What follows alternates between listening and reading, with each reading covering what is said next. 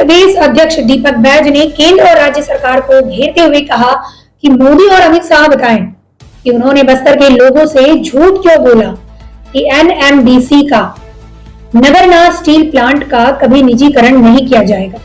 तो अभी 50% से ज्यादा हिस्सेदारी को निजी कंपनियों को क्यों बेचने की तैयारी हो रही है। बात हुई थी स्थानीय लोगों को रोजगार देने की, उस पर जनता को ठगा गया है। अगर स्टील प्लांट को प्राइवेट सेक्टर को बेचती है तो कांग्रेस पार्टी जनता के साथ मिलकर उग्र आंदोलन करेंगे। साथ ही प्रदेश सरकार आरोप लगाया है कि साय सरकार में कोई सुरक्षित नहीं, देश के चौथे स्तंभ पत्रकारों को उनके पुलिस षड्यंत्र कर दूसरे राज्य के पुलिस से गिरफ्तार करवाने का काम करते हैं। तो आम जनता का कौन सुनेगा। Bureau report, Chanakya news. ये ताकि भविष्य में इस तरह की किसी देश में कहीं भी घटना न घटे। भारतीय जनता पार्टी की सरकार में स्वतंत्रता, व्यक्तिगत अभिव्यक्ति, लोकतंत्र सबको इस सरकार ने खत्म कर दिया। इस सरकार में आप बोल नहीं सकते, इस सरकार में आप फ्री होकर काम नहीं कर सकते। इसलिए एक अंबिकापुर के पत्रकारों को एक मंत्री के खिलाफ में छापते हैं, उसको ऑफिस को तोड़ दिया जाता है। यहाँ के पत्रकार अवैध उत्खनन के खिलाफ आवाज उठाते, उनको जेल भेज दिया जाता है। आखिर हो क्या रहा है? क्या यही सुशासन, यही बीजेपी की यही सुशासन है? सरकार का यही सुशासन है?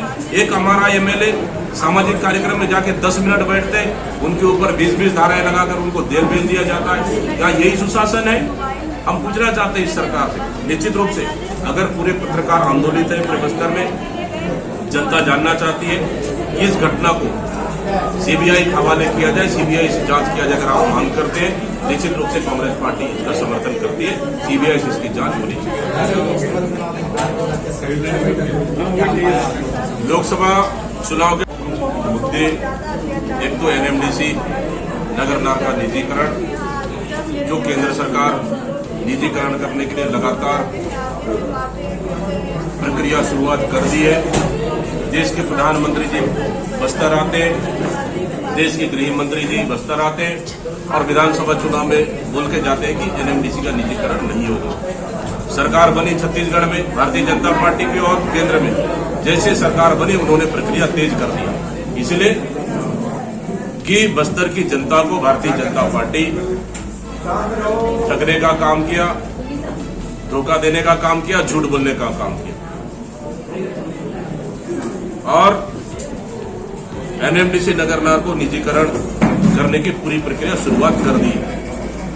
लेकिन कांग्रेस इसका पुरजोर विरोध करती है। पहले भी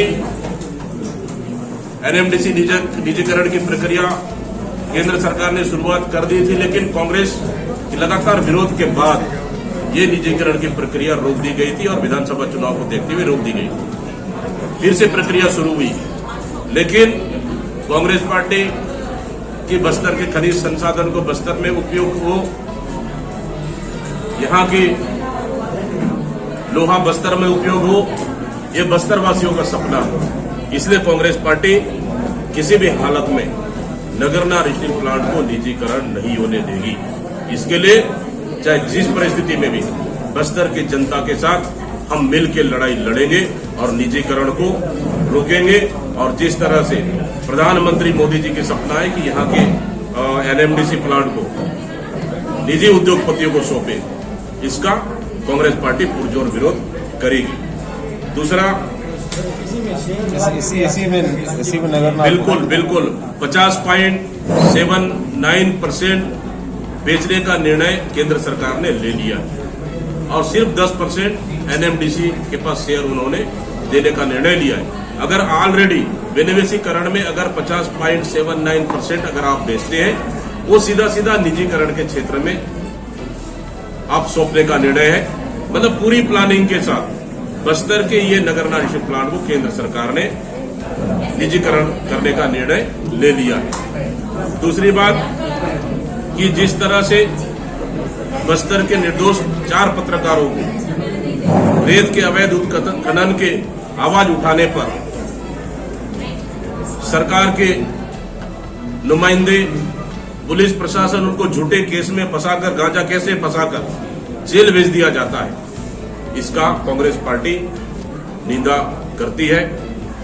और इस केस में आखिर नेताजी कौन है?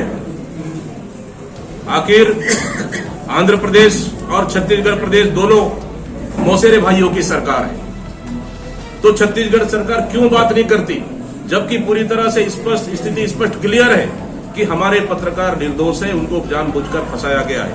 वहां का होटल में रुकते, वहां का सीसीटीवी को डिलीट कर दिया जाता है, दूसरे दिन वो चाय पीने जाते हैं आंध्रा में। तो आखिर टीआई के साथ कौन मिला हुआ है? आखिर टीआई को जेल भेजना, कार्रवाई करना, इससे स्पष्ट है कि ये पूरी कारनामा प्रसाद वहां के स्थानीय टीआई और स्थानीय भारतीय जनता पार्टी के नेताओं ने मिलकर किया है, इस घटना को अंजाम दिया है। और इसलिए हम मांग करते हैं कि इस घटना का विस्तृत जांच होना चाहिए। राज्य सरकार आंध्र सरकार से बात करे, हमारे निर्दोष पत्रकार साथियों को रिहाई होना चाहिए और जो दोषी है उस पर कार्रवाई होना चाहिए।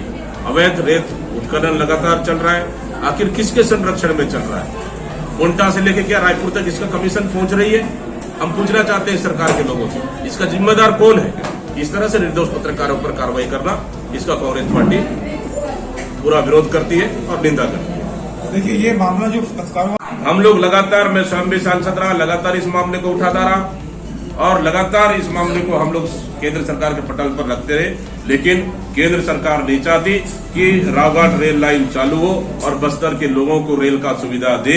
ये सरकार चाहती है कि यहाँ बस्तर के खनिज संसाधन को चंद उद्योगपतियों को सौंपे, ये उनका प्लानिंग है, न कि बस्तर की जनता को रेल लाइन मिले। ये केंद्र सरकार की योजनाओं में नहीं है। हमारे समझ आज अब जो है हम अगला मैं हमारे अध्यक्ष जी से निवेदन करूंगा कि प्रेस वार्ता को संबोधित करें।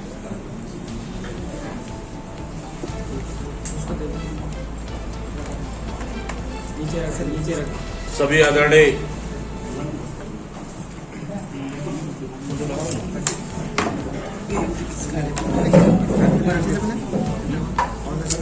अरे इसको नीचे करो, मट्टी इसको नीचे करो।